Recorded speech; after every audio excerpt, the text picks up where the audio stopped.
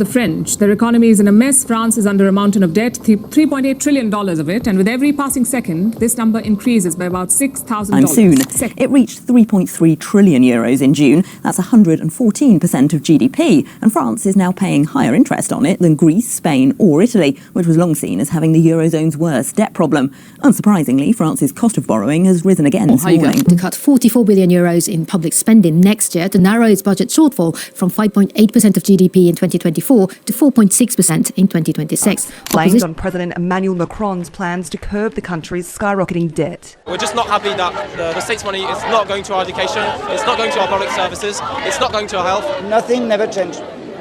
Clearly, I'm quite tired of the situation. Look at the streets of France in late 2025. They are burning. This isn't a movie.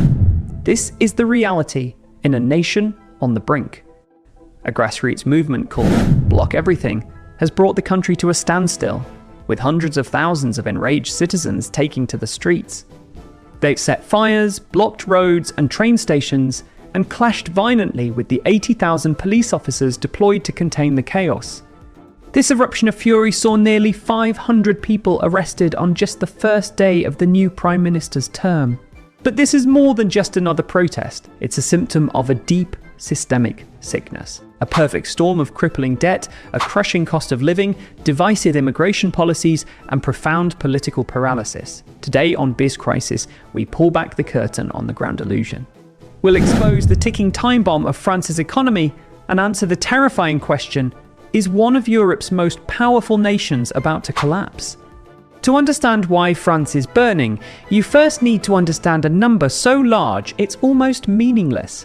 3.3 trillion euros.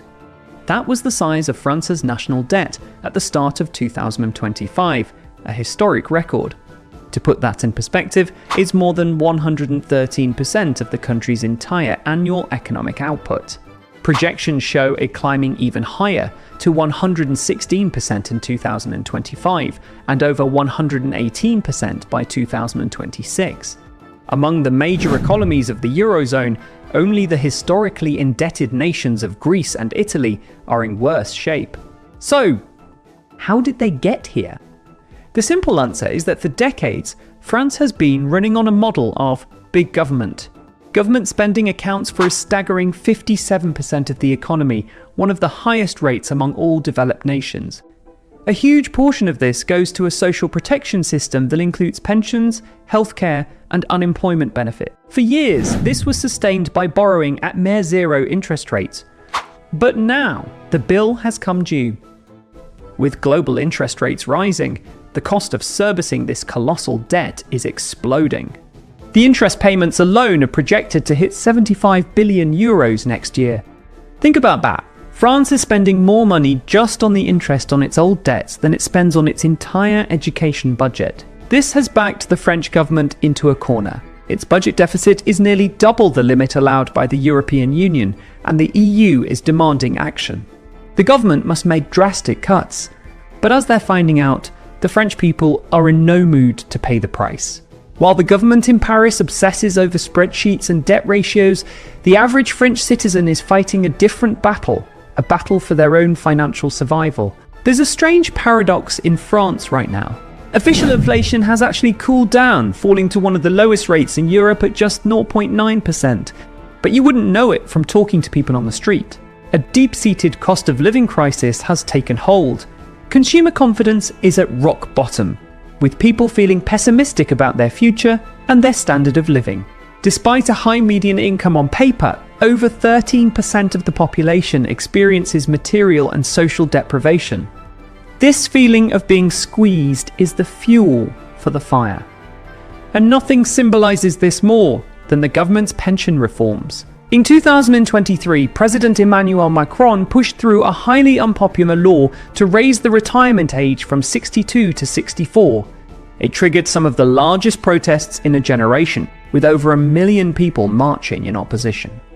To the people, it felt like a betrayal, a sign that the government was balancing its books on the backs of ordinary workers, asking them to work longer to pay for decades of political mismanagement.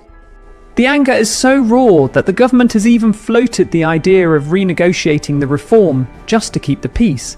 And it's not just urban workers. The nation's farmers have been in a state of near constant protest since early 2024.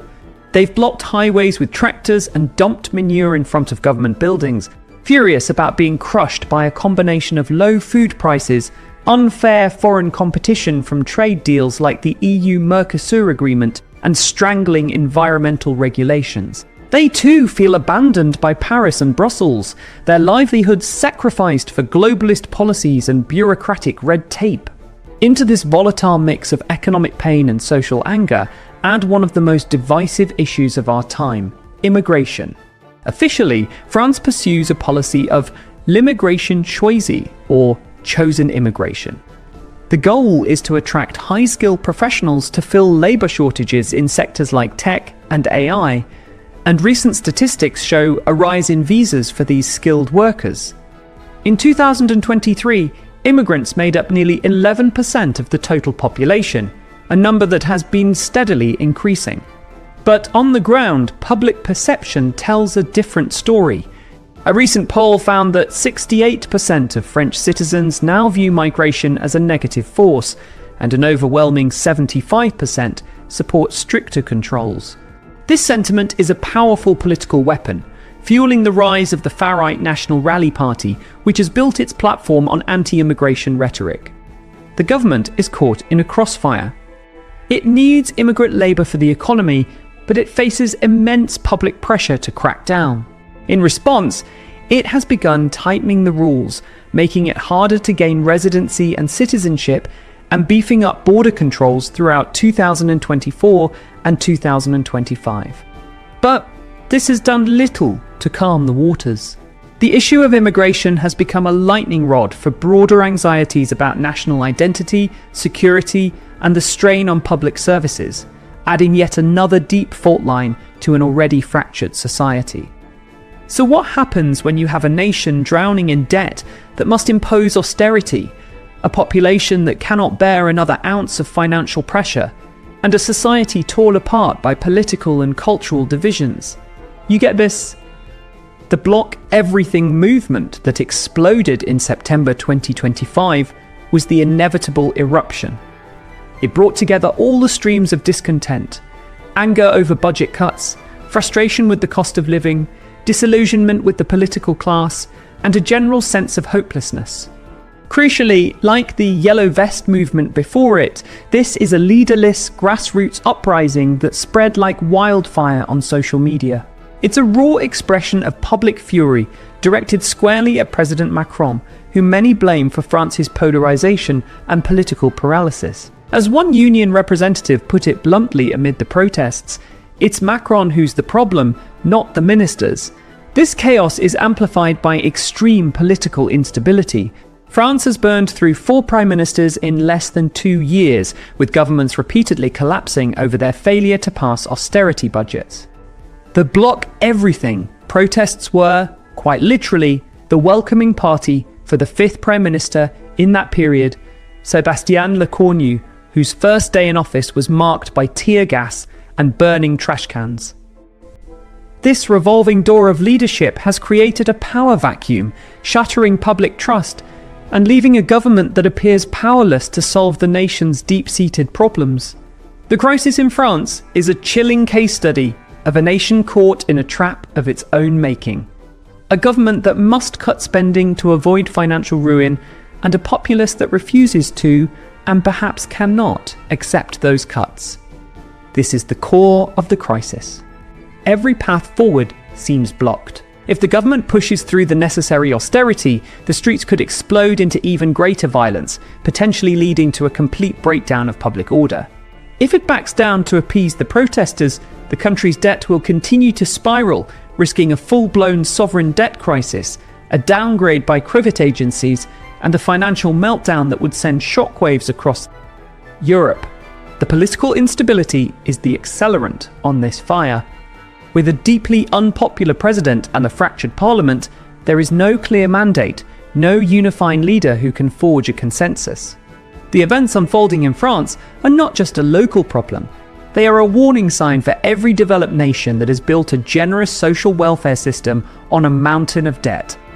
France is simply further down the road than most. Can President Macron, the man who came to power promising to revolutionize France, find a way out of this death spiral? Or will he preside over the unraveling of the Fifth Republic? The stakes could not be higher, not just for France, but for the world. The crisis in France is a story we will be following closely. What do you think is the way out for France? Is this a cautionary tale for your own country? Let us know in the comments below. And for more essential analysis of the economic crises shaping our world, make sure you subscribe to Biz Crisis. Thank you for watching.